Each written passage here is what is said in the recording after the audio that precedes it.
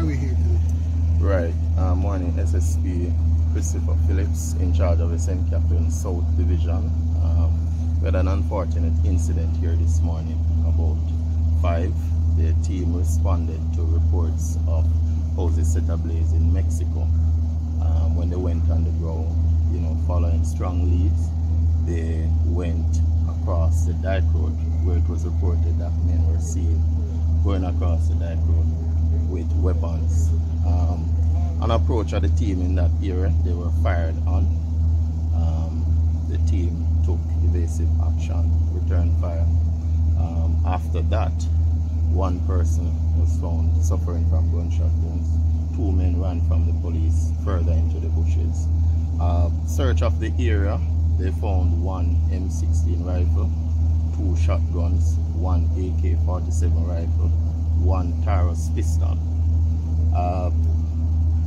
Further search of the area, after that, subsequent to that, another weapon was found, which is a .380 pistol. When we went into the area, it was obviously the HQ or a base for the criminal syndicate operating in that area. We saw things like WD-40, mosquito repellent inside there, food utensils, several bottles of gasoline. We also saw items of clothing, lighter, alcoholic bottles, and hammer, and items used to clean weapons, shoes, and so on. So obviously this is an area where they operate from as a base.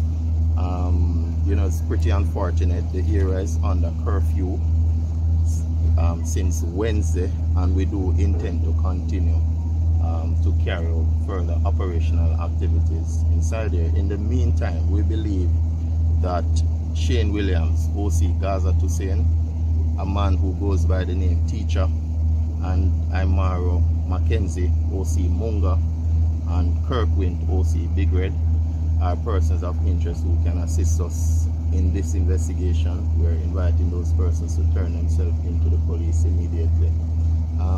I just want to use the opportunity to commend the team for their resilience. They stood their ground this morning. It was a joint team, JDF members. They were superb in how they executed these operations, and I really want to commend them. I also want to say to the community of Gregory Park that I've given my commitment.